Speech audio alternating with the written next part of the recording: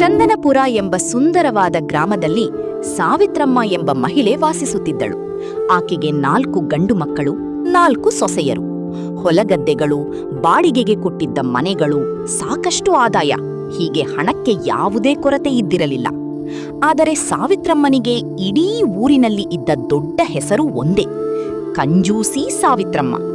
ಅವಳ ಕೈಯಿಂದ 1 ರೂಪಾಯಿ ಖರ್ಚಾದರೂ ಆ ರಾತ್ರಿ ಅವಳಿಗೆ ನಿದ್ದೆಯೇ ಬರುತ್ತಿರಲಿಲ್ಲ. ತಿಂಗಳ ಮೊದಲ ದಿನ ಬಂದರೆ ಸಾಕು, 4 ಗಂಡು ಮಕ್ಕಳು ತಮ್ಮ ಸಂಬಳವನ್ನೆಲ್ಲ ತಾಯಿಯ ಕೈಗೆ ತಂದು ಕೊಡುತ್ತಿದ್ದರು.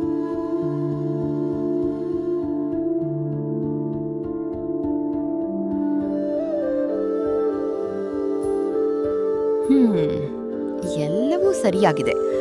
ಆದ್ರೆ ವಿನಯ, ನೀನು ಈ ತಿಂಗಳು 3 ದಿನ ರಜೆ ತೆಗೆದುಕೊಂಡಿದ್ಯಲ್ಲ?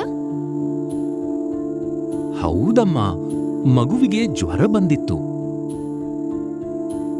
ಅದಕ್ಕೆ ಸಂಬಳ ಕಡಿಮೆ ಆಗಿದೆ. ಮುಂದೆ ರಜೆ ಕಡಿಮೆ ತೆಗೆದುಕೋ.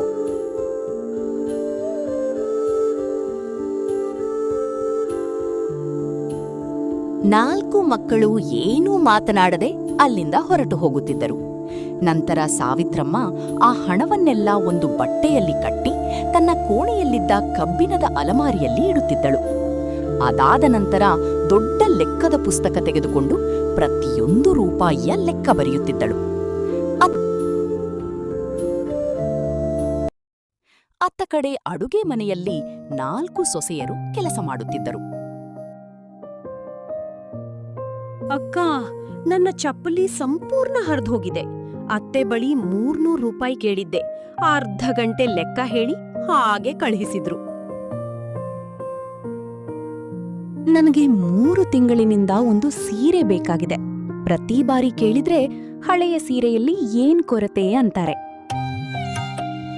ನನ್ ಮಗನಿಗೆ ಶಾಲೆಯ ಪುಸ್ತಕ ಬೇಕೆಂದರೂ 10 ಪ್ರಶ್ನೆ ಕೇಳ್ತಾರೆ. ಸ್ವಂತ ಮನೆಯಲ್ಲಿ ಕೇಳ್ತಿಲ್ಲ, ಸಾಲ ಕೇಳ್ತಿದ್ದೇವೆ ಅನ್ಸುತ್ತೆ. ಅವರ ಮಾತುಗಳನ್ನು ಕಿರಿಯ ಸೊಸೆ ನಂದಿನಿ ಮೌನವಾಗಿ ಕೇಳುತ್ತಿದ್ದಳು. ಅಷ್ಟರಲ್ಲಿ ಹೊರಗಿನಿಂದ ಸಾವಿತ್ರಮ್ಮನ ಧ್ವನಿ ಕೇಳಿಸಿತು. ಏನ್ ಮಾಡ್ತಿದ್ದೀರಾ ಅಡುಗೆ ಮನೆಯಲ್ಲಿ? ಕೆಲಸ ಮಾಡ್ತಿದ್ದೀರಾ? ಪಂಚಾಯಿತಿ ಮಾಡ್ತಿದ್ದೀರಾ? ಗ್ಯಾಸ್ ಉರಿತಿದೆ, ಬೇಗ ಕೆಲಸ ಮುಗಿಸಿ. ಎಲ್ಲರೂ ತಕ್ಷಣ ತಮ್ಮ ಕೆಲಸದಲ್ಲಿ ತೊಡಗಿಕೊಂಡರು. ಸ್ವಲ್ಪ ಸಮಯದ ನಂತರ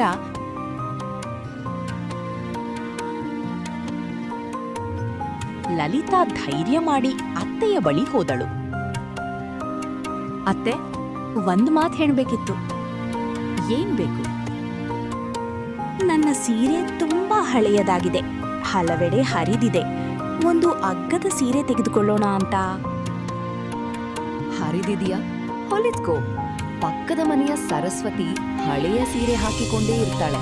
ನಿನಗೇನು ಪ್ರತಿದಿನ ಹೊಸ ಸೀರೆ ಬೇಕಾ?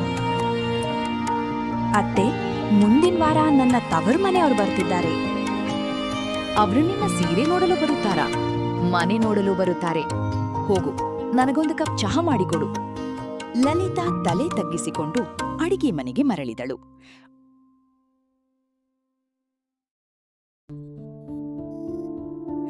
ಅಷ್ಟರಲ್ಲಿ ತರಕಾರಿ ಮಾರುವವನು ಬೀದಿಯಲ್ಲಿ ಕೂಗಿದ. ಆಲೂಗಡ್ಡೆ ತೆಗೆದುಕೊಳ್ಳಿ, ಟೊಮ್ಯಾಟೊ ತೆಗೆದುಕೊಳ್ಳಿ. ಸಾವಿತ್ರಮ್ಮ ಹೊರಗೆ ಹೋಗಿ ತರಕಾರಿ ವ್ಯಾಪಾರಿಯೊಡನೆ ಬಹಳ ಹೊತ್ತು ಚೌಕಾಶಿ ಮಾಡಿದಳು.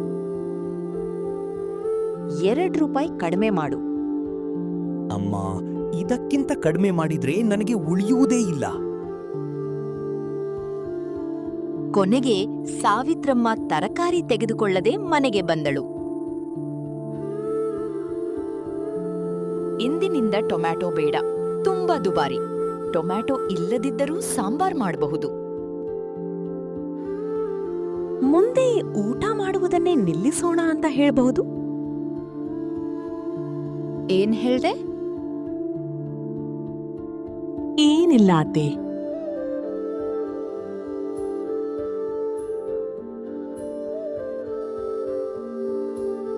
ಸಂಜೆ 4 ಮಕ್ಕಳು ಮನೆಗೆ ಬಂದರು.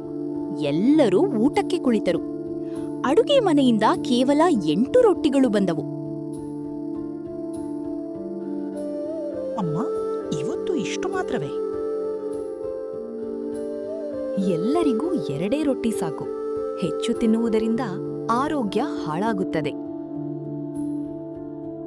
ಆದ್ರೆ ಅಮ್ಮ, ನಮಗಿನ್ನೂ ಹಸಿವಿದೆ.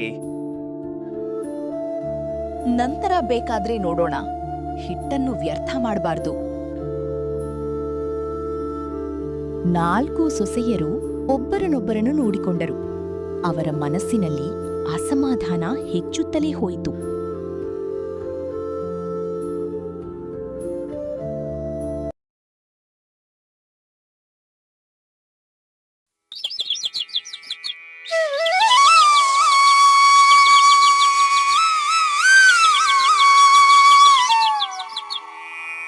ಮರುದಿನ ಬೆಳಗ್ಗೆ ಸಾವಿತ್ರಮ್ಮ 4 ಸೊಸೆಯರನ್ನು ಅಂಗಳಕ್ಕೆ ಕರೆಸಿಕೊಂಡಳು. ಅವರ ಮುಂದೆ 4 ದೊಡ್ಡ ಡಬ್ಬಿಗಳಿದ್ದವು. ಒಂದರಲ್ಲಿ ಅಕ್ಕಿ, ಒಂದರಲ್ಲಿ ಬೇಳೆ, ಮತ್ತೊಂದರಲ್ಲಿ ಹಿಟ್ಟು, ಮತ್ತೊಂದರಲ್ಲಿ ಇತರ ದಿನಸಿ. ಇಂದಿನಿಂದ ಈ ಮನೆಯಲ್ಲಿ ಹೊಸ ನಿಯಮ. ಎಲ್ಲರೂ ಆಶ್ಚರ್ಯದಿಂದ ನೋಡಿದರು. ಪ್ರತಿಯೊಬ್ಬರಿಗೂ ಪ್ರತ್ಯೇಕ ರೇಷನ್. ತಿಂಗಳಿಗೆ ಎಷ್ಟು ಕೊಡ್ತೇನೋ ಅಷ್ಟ್ರಲ್ಲೇ ನೀವು ಜೀವನ ನಡೆಸಬೇಕು. ಯಾರ ಡಬ್ಬಿ ಮೊದಲು ಖಾಲಿಯಾದ್ರೂ ಆ ತಿಂಗಳು ಮತ್ತೆ 1 ಕಾಳು ಕೂಡ ಸಿಗುವುದಿಲ್ಲ. ಆದ್ರೆ ಅತ್ತೆ, ಮಕ್ಕಳಿಗೆ ಅತಿಥಿಗಳು ಬಂದ್ರೆ ಅದು ನಿಮ್ಮ ಸಮಸ್ಯೆ. ಮನೆಯ ಖರ್ಚು ನಡೆಸಲು ಬರುವವರಿಗೆ ರೇಷನ್ ತಿಂಗಳು ಪೂರ್ತಿ ಸಾಕಾಗುತ್ತದೆ ಎಂದು ಹೇಳಿ 4 ಡಬ್ಬಿಗಳಿಗೂ ಬೀಗ ಹಾಕಿದಳು.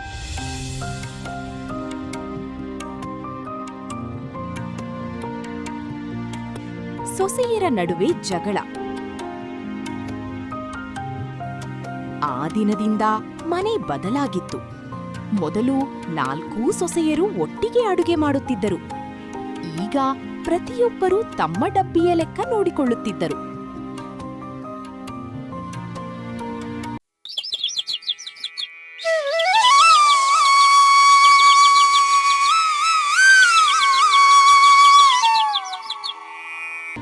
ಒಂದು ದಿನ ಮೀರಾ 2 ರೊಟ್ಟಿಗಳನ್ನು ಬಟ್ಟೆಯಲ್ಲಿ ಸುತ್ತಿ ಇಡುತ್ತಿದ್ದಳು. ಅಯ್ಯೋ, ರೊಟ್ಟಿಗಳನ್ನ ಅಡಗಿಸಿಟ್ಕೊಳ್ತಿದ್ಯಾ? ಅದು ನನ್ನ ರೊಟ್ಟಿ, ನಾನು ಉಳಿಸ್ಕೊಳ್ತೇನೆ. ನಿನ್ನ ರೇಷನ್ ಇಷ್ಟು ದಿನ ಹೇಗೆ ಉಳಿತಾ ಇದೆ ಅಂತ ಈಗ ಗೊತ್ತಾಯ್ತು. ಜಗಳ ಹೆಚ್ಚಾಯಿತು. ಅಷ್ಟರಲ್ಲಿ ಸಾವಿತ್ರಮ್ಮ ಬಂದಳು. ಏನಿದು ಗಲಾಟೆ? ಅತ್ತೆ, ಇವಳು ರೊಟ್ಟಿ ಅಡಗಿಸಿಟ್ಟಿದ್ದಾಳೆ.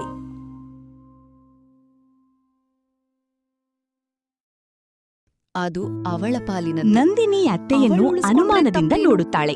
ಹೀಗೆ ಮತ್ತೆ ಆ ಉಳಿಸುವುದನ್ನೇ ನಂದಿನಿ ಕಲಿಯಬೇಕು. ಹೇಗೆ ಈ ರಹಸ್ಯವನ್ನು ಹೇಗೆ ಕಂಡುಹಿಡಿಯುತ್ತಾಳೆ? ಆದರೆ ಕಾವೇರಿಗೆ ಅತ್ತೆಗೆ ಏನು ಇನ್ನಷ್ಟು ಹೇಳುತ್ತಾಳೆ? ಕೋಪ ಬಂದಿತು. ಮತ್ತೆ ಎಲ್ಲರನ್ನೂ ನಂದಿನಿಗೆ ಹೇಗೆ ಅನುಮಾನ. ಒಟ್ಟಾಗುವಂತೆ ಮಾಡುತ್ತಾಳೆ ಎಂಬುದು ದಿನಗಳು ಕಳೆದವು. ಮುಂದಿನ ಭಾಗದಲ್ಲಿರುತ್ತದೆ. ಈ ಮನೆಯಲ್ಲಿದ್ದ ಹಾಗಾಗಿ ಪ್ರೀತಿ ಮುಂದಿನ ಭಾಗವನ್ನು ನಿಧಾನವಾಗಿ ತಪ್ಪದೇ ನೋಡಿ. ಕಡಿಮೆಯಾಗುತ್ತಿತ್ತು.